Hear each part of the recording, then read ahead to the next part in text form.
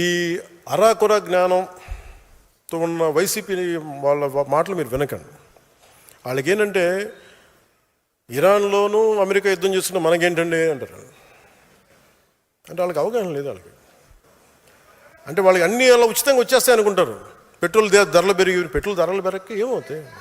Petrol దొరకదు, gas దొరకదు. ఎక్కడి నుంచి మనం సంపాదిస్తున్నావా? లేదంటే వీళ్ళ ఇళ్ళ నుంచి వస్తున్నాయి గ్యాస్ బావులు. ఇవన్నీ ఏం అర్థం కాకుండా కూర్చోబెట్టి మోదీ గారిని తిట్టడం, మోడీ గారిని మీద మాట్లాడటం ఒక ఇది అయిపోయింది. అందుకని మీరు అర్థం చేసుకోవాల్సింది ఇంటర్నేషనల్ పరిస్థితులు కూడా, పశ్చిమాసియాలో ఉన్న యుద్ధ పరిస్థితులు, తద్వారా మనకు వచ్చిన పెట్రోలియం ఉత్పత్తుల కొరత, వీటి మీద మీకు అవగాహన రావాలి. అభివృద్ధికి కావచ్చు, దేనికైనా కావచ్చు, క్రూడ్ ఆయిల్ చాలా కీలకం.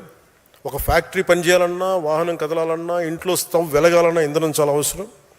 ఈ ఇరాన్, ఇరాక్, అమెరికా, ఇజ్రాయెల్ మధ్య నెలకొన్న యుద్ధ వాతావరణం, హర్మూజ్ జలసంధి వంటి కీలక మార్గాలు కేవలం 2 నెలలు మూసివేస్తే